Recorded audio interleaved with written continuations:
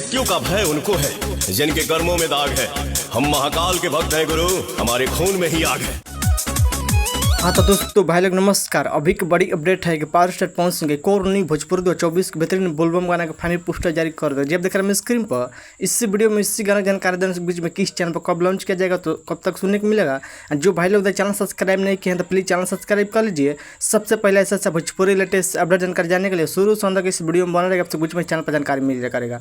Final बता दें कि पावर स्टार पवन सिंह बोलबम गाना का पोस्टर जारी कर दिया, जिस गाना का टाइटल है सेवा में बानी भोले बाबा के। सेवा में बानी भोले बाबा के इस गीत को गाए हैं यानी कि पावर स्टार पवन सिंह और साथ में शिवानी सिंह ने गाना गाया। डोट गाना होने वाला यह गाना भोजपुरी फन से खूब बहुत बेहतरीन कमाल का बोलबम गाना होने वाला है, क्योंकि इस गीत को लिखे हैं सेवा में बानी भोले बाबा के। इस गीत को लिखे हैं आशुतोष तिवारी और इस गाना म्यूजिक दिए हैं प्रियांशु भाई ने म्यूजिक संगीत से। बहुत बेहतरीन कमाल का बोलबम गाना होने वाला है। सेवा में बानी भोले बाबा के इस गाना का टीजर आपसे बीच में लॉन्च कर दिया गया है। प्रियांशु सिंह का इंस्टाग्राम पर टीजर आपसे बीच में आ गया है।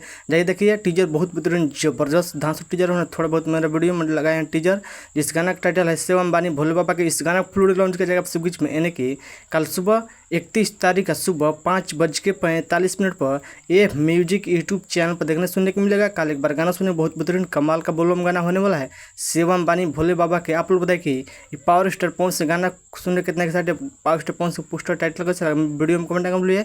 जाइए टीजर देखिए, बहुत बेहतरीन कमाल का धांसू बोलबम गाना होगा। कल एक बार गाना सुनेगा सेवा में बानी भोले बाबा का। आप लोग बताइए कि पावर स्टार पवन से अपडेट कैसा लगा। अपडेट न्यूज़ पसंद पर प्लीज़ वीडियो को लाइक कीजिए, चैनल सब्सक्राइब कीजिए, दोस्तों भी शेयर कीजिए। बस वीडियो में तो नहीं मिलता। जय हिंद, जय भोजपुरी। धन्यवाद। कल गाना सुनेगा सुबह 6